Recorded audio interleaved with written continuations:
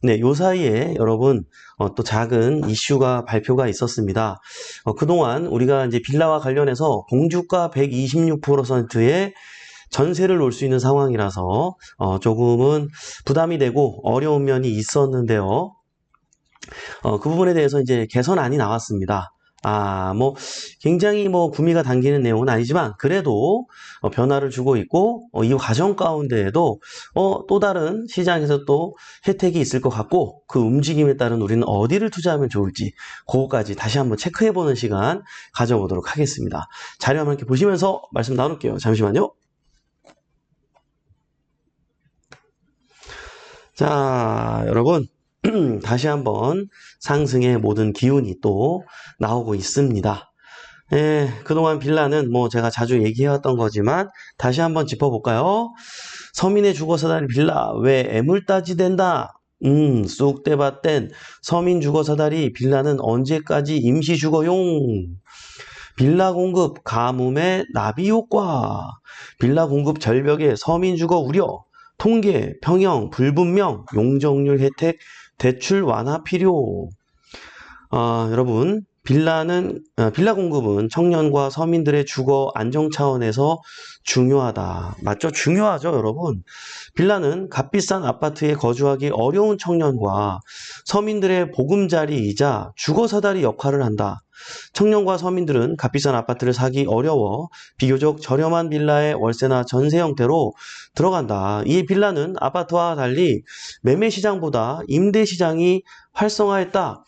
실제로 어저께 기사인가요? 여러분, 지금 서울 같은 경우 통계적으로 지금 요근자의 월세가 2만 원에서 5만 원 정도가 다 올랐다고 합니다. 네. 여러분 지금 근데요. 물론 아파트 너무 좋죠. 근데 실제로 아파트의 월세도 그렇고 전세는 꿈도 못 꾸고요. 매매는 당연히요. 지금 가지고 있는 자본금 자체가 작기 때문에 남의 이야기이신 분들이 훨씬 많다는 거예요. 근데요, 서울에 훨씬 많은데 중요한 건요, 서울의 빌라가 23%고요. 단독주택이라든지 다가구 이런 것들이 30%예요.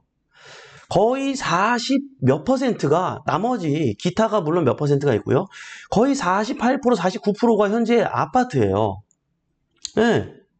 여러분, 사실 생각보다 60% 이상이 서민이 많이 거주하고 있는데 사실은 서민이 머무를 곳이 서울에 있지 않다는 아주 중요한 통계 내용이 나왔어요, 여러분. 네. 여러분, 지금 그런데 분위기가 어떻습니까? 자꾸 이런 아파트로 변신하고 싶어하는 어떤 이런 뭐라 그래야 될까요? 소재? 이런 것들이 뭐예요? 빌라고요. 네, 다가구고요. 단독주택이란 말이에요. 지금 서울에 맨 땅이 어디 있어요? 이거 결국에는 부시고 재개발해서 자꾸 아파트로 변신하고 있는 상황이에요. 그럼 나머지 빌라는 지금 아파트로 안 바뀌어도 그 가치가 나쁘지 않은 겁니다, 여러분. 네. 저도 원룸에 살았었다니까요. 살고 싶어서 산 게 아니라 돈이 없어서 거기 살았다니까요. 한두 달 살았을까요? 아니요. 2년, 3년 살았단 말이에요. 네. 여러분, 이 필수제. 지금 막상 시장에 돌아다녀 보니까 이런 얘기하는 분들이 있더라고요. 에이, 거래 안 된다는데요? 안 그래, 안 그래, 안 그래. 잘못 조사해서 그래, 잘못 조사해서 그래. 알겠죠, 여러분? 자, 6월 13일 날 또 이런 내용이 발표가 나왔습니다. 규제를 개선하여 주택사업은 늘리고 국민 주거 불편은 줄이겠다. 네, 해서 또 이제 발표가 나왔는데요. 주택가격은 공시가격 인정비율 140%를 우선 적용토록 하고 담보인정 비율도 90%를 적용하는 원칙도 견지한다.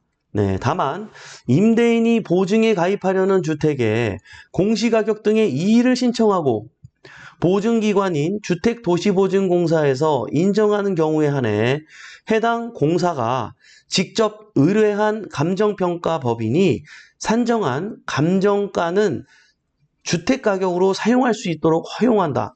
그러니까 공시지가의 126%를 적용하거나 아니면 조금 이의가 있다고 생각하시는 임대인들이 신청을 하게 되면 허그에서 그러니까 우리가 의뢰한 감정평가는 인정하지 않는데요.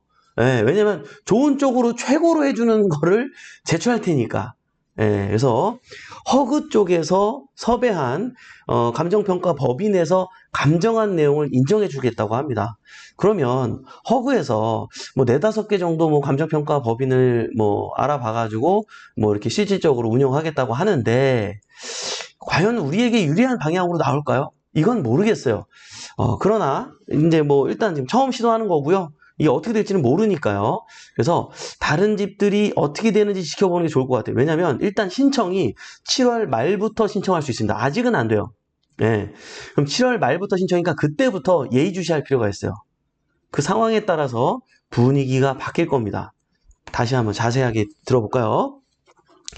전세금 반환보증 가입 때 감정가 쓸 수 있다. 네, 방금 얘기한 거죠. 정부는 전세보증보험이 전세 사기와 깡통 정세 문제를 키운 도화선이 됐다는 비판이 늘자 지난해 가입 요건을 강화했다. 빌라 집값을 공시가격의 150%까지 쳐주던 것을 140%로 낮추고 보증보험 가입을 허용하는 전세가율을 100%에서 90%로 조정했다.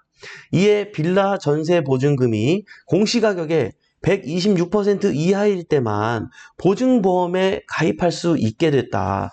위에 이 140%로 낮추고 그리고 집값 대비 전세가율을 100% 90%로 조정했기 때문에 그걸 환산해 보면 공시가격의 126%란 얘기예요. 그러니까 여러분 복잡하게 생각하지 말고 그냥 공시가격의 126% 맥스로 전세를 놓을 수 있는 상황이었던 거구나 라고만 이해하시면 됩니다. 이랬었는데요. 가입 요건 강화에 공시가격 하락까지 겹치며 보증보험 가입이 어려워지자 아파트로 임대 수요가 몰리고 빌라 기피 현상은 심화됐다. 이에 국토부는 126% 룰을 고수하되 집주인이 집값에 비해 공시가격이 지나치게 낮다는 이의를 신청하고 허그가 이의를 인정한다면 감정평가액을 적용해 집값을 산정하기로 했다. 이때 감정가는 허그가 직접 의뢰한 감정평가법인이 산정한다. 방금 그 얘기한 내용이 조금 더 세부적으로 나와 있네요. 그죠? 공시가격의 140%, 안심전세 앱 시세, 하한가, 등기부등본상 1년 이내 최근 매매가, 감정평가액의 90% 순에 집값 산정 방식 적용해서 가장 뒤로 밀려나 있다. 이번 개편에 따라 임대인은 공시가격과 허그 인정 감정가 중 하나를 선택해 집값을 산정받을 수 있다. 임대인은 허그의 예비감정 결과를 토대로 임대인이 비용을 부담하는 본 감정을 할지 말지 결정해야 한다. 임대인의 이의 신청은 중요합니다. 뭐라고요? 7월 말부터 받기 시작한다. 네, 그러니까 지금 봐봐요, 여러분. 아직은 아니에요. 한 달 남았어요. 국토부는 재산정을 요청하는 가구 규모를 2만에서 3만 가구로 내다봐. 그러니까 국토부도 지금 어떻게 생각하고 있는 거예요? 이 공시가의 기준이 사실 조금 명확하지가 않고, 이거에 대한 사실은 이제 좀 의뢰가 들어오게 되면 현실적으로 좀 인정받을 지역이 2만에서 3만 가구는 될 것 같은데, 라고 지금, 국토부에서도 생각을 하고 있는 거예요. 맞아요. 126% 사실 부당하거든요. 그러면 여러분들 잘 생각해 보세요. 이 국토부에서도 인정하고 있는 이 2만 가구, 신청할 것 같은 3만 가구, 여기 어디일까요? 아마 신축들이 좀 될 것 같고요. 그리고 역 근처에 있는 물건들, 그리고 한강변에 있는 물건들, 이런 것들이 기대할 만한 물건이다. 지금 사실 그들의 시세는 훨씬 높아요. 그리고 오히려 126% 전세 보증보험 가입하는 금액으로 전세하고 나머지는 월세로 드릴게요 하면서까지도 오겠다고 하는 지역들도 강서구에도 있고 지금 많다는 거예요, 여러분. 그런 데는 감정을 넣어 보나 마나 반드시 좋은 쪽으로 산정이 될 겁니다. 그죠? 그럼 그때 가서 여러분들이 매입하는 것도 물론 상황을 지켜보면서 하는 것도 좋겠지만 제 생각에는 그렇게 되면 126%가 아니라 진짜 150%, 160%의 상황도 나오지 않을까, 예전처럼. 이렇게 사료가 되거든요. 그럼 그때 그런 분위기가 일어나는 게 또 시장에 나타나고 있고, 저 같은 유튜버가 또 내용을 얘기하고, 뭐 이런 상황이 이제 반복되게 되면 또 들썩이게 될 겁니다. 그때 또 매입하면 늦을 수도 있겠죠. 여러분. 네, 그래서 지금 이렇게 국토부에서도 인정하고 있는 2만에서 신청할 것 같은 3만 가구 요 지역을 미리 선점한다면 바로 한 달 후에 또 좋은 영향으로 여러분들이 큰 돈이 안 묶이면서도 좋은 투자를 할 수 있지 않겠나. 네, 그래서 이런 분위기에 이런 걸 우리 군무원 경비 식구들이 알아야 되기 때문에 제가 안내를 드립니다. 네. 그래서 어디 투자할까요? 역세권 신축. 보증법 가입 기준 완화로 빌라 전세난의 숨통이 트일지도 주목된다. 노빌라보다는 역세권, 신축, 연립, 다세대 주택 위주로 전세 반환 보증 가입 문턱이 낮아지며 비아파트 월세화와 아파트로의 임차 쏠림 현상이 일부 개선될 것이라는 이라고 전망했는데 저도 맞다고 보는데요. 저는 요거는 반대입니다. 요거는 틀리다고 봅니다. 뭐냐면요. 노후빌라보다는 이라고 했는데 여러분들이 이 실전을 이분이 어쨌든 자 보세요. 노후빌라는 장점이 하나 있어요, 여러분. 잘 생각해 보세요. 역세권 신축하고 연립은 이 평가에서 약간 절하되어 있는 건 사실이에요. 네, 근데요. 노후빌라 자체는 공주가가 높아요. 네, 이미 그래서 126%도 크게 데미지가 없어요. 왜 그럴까요? 잘 생각해 보세요, 여러분. 역세권에 있는 신축 빌라, 자, 신축 빌라의 매가가 얼마예요, 여러분? 한 5억 합니다. 예를 들어서, 자, 5억 한다고 봤을 때, 공주가는 얼마인 것 같아요? 한 2억 5천? 뭐 이렇거든요. 네, 그러니까 불만이 많을 수밖에 없죠. 근데요, 오래된 노후 빌라는 어때요? 만약에 신축이 한 5억 한다면, 노후 빌라는 한 2억 5천 할걸요? 뭐 35년, 40년 되고 막 이런 거. 그죠? 한 2억 5천 할 거란 말이에요.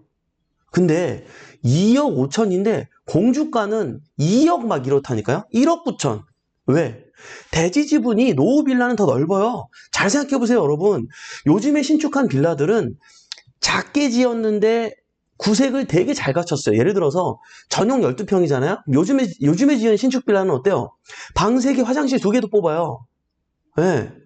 근데 옛날에 전용이 12평인 빌라들은 어때요? 방 3개, 화장실 하나인데 거의 그냥 방 2개라고 봐야 돼. 하나는 미닫이 방이어가지고 거실 겸 쓸 수밖에 없고 그러니까 공간을 되게 못 뽑았단 말이에요. 근데 대지 지분은 비슷했어. 그러니까 어때요? 옛날에 전용 12평짜리 구축 빌라는 대지 지분이 9평이래요. 근데 요즘에 신축 전용 12평 빌라는 대지 지분이 몇 평이에요? 4평, 3.5평 이렇게밖에 안 됩니다, 여러분. 그러니까 공주가에도 그게 반영이 될 수밖에 없죠. 이곳은 서울이잖아요. 건축물이 오래된 거지 땅값의 가치는 높다라는 거예요. 그러니까 이미 노후 빌라 자체는 126%에서 움직이지 않아도 상관없다니까요. 그죠, 여러분? 그러니까 이런 관점에서 보았을 때 좋은 입지에 있는 물건들은 노후 빌라도 나쁘지 않아요. 공주가가 높기 때문에 무피 투자도 충분히 가능한 매물이 많다는 거죠. 그러니까 미래 가치가 높은데 재개발을 기대할 수 있고 컴팩트 시티를 기대할 수 있고 역세권 개발을 기대할 수 있어서 추가 분담금에 부담도 안 질 수 있는 이런 지역에 있는 좋은 노후 빌라는 그것도 굉장히 좋은 투자라는 거예요. 심지어 아울렛 가격으로 낙찰받을 수 있는 경매시장에서 공매시장에서 낙찰을 받게 된다면 오히려 풀피 1,000만 원이 생기면서 나는 그 지역의 매물을 가질 수 있는 좋은 기회는 신축 빌라에 있는 게 아니라 노후 빌라에 있다는 거죠. 네. 그러니까 전 진짜 실전을 말씀드리는 거예요, 여러분. 되게 중요한 내용이에요, 여러분. 예? 이분께서 요거는 저는 잘못된 정보라고 생각이 됩니다. 자, 여러분. 진짜 중요해요. 지금 중요합니다. 그 어느 때보다도 진짜 지금 이 한강 르네상스 시대가 오고 있는데요. 또 합정을 필두로, 합정도 지금 순서대로 메스나폴리스뿐만 아니라 그 7구역, 8구역 지금 다들 들썩이고 있고요. 27년, 거기 용적률 1000% 준대, 역세권 또. 예. 거기 원래 250%였던 지역이에요, 용적률이. 근데 지금 역세권 개발이라서 1000%를 준대요. 50몇 층짜리 건물이 들어와요, 여러분. 지금 이미 합정동이 서서히 지금 보여주고 있어요. 역세권 개발을요. 합정동의 변화를 1년 계속 지켜보시고요. 그전 1년을 계속 지켜보세요. 찾아보세요, 여러분. 합정이 필두가 됩니다. 다른 역 주변에 있는 아직 빌라로 뭉쳐있는 그 지역들 반드시 변화할 거예요. 무조건 변화할 거예요. 우리 굿모닝 경매 식구들이 전부 다 선점했으면 좋겠습니다.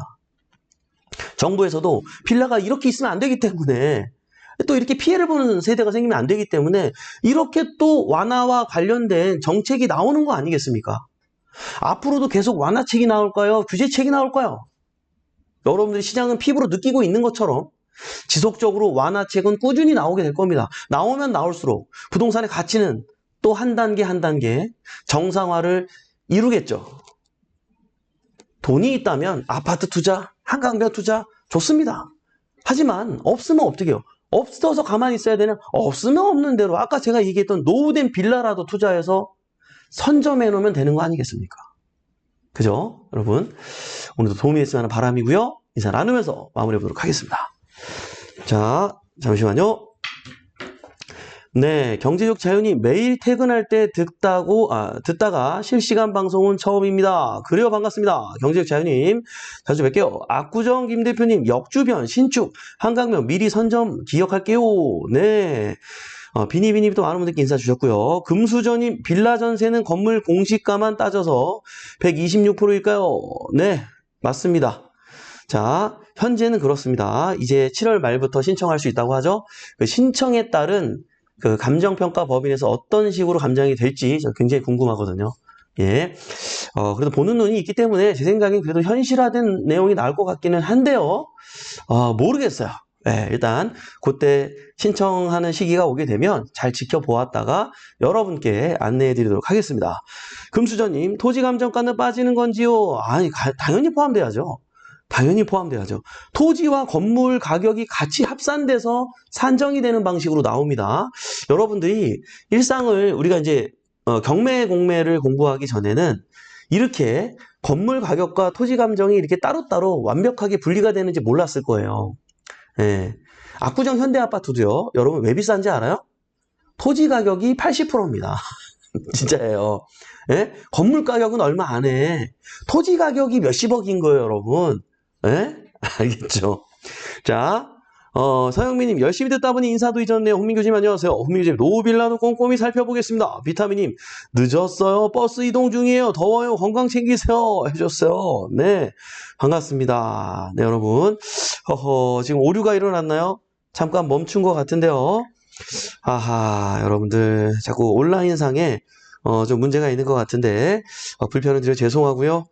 좀 더 원활한 네트워크로 여러분께 끊김없는 방송이 될 수 있도록 오늘도 또 알아보도록 할 테니까 널리 양해 바라도록 하겠습니다. 네, 오늘도 도움이 됐으면 하는 바람이고요. 오늘도 이렇게 유한한 인생에서 소중한 시간을 함께 해주신 여러분 대단히 감사합니다. 매일 아침 행복한 부자가 되고 싶다면 굿모닝 경매와 함께 하시죠. 저는 또 내일 아침에 활기찬 모습으로 찾아뵙도록 하겠습니다. 지금까지 배폭신 이성재 멘토였습니다. 우리 같이 잘 됩시다. 화이팅!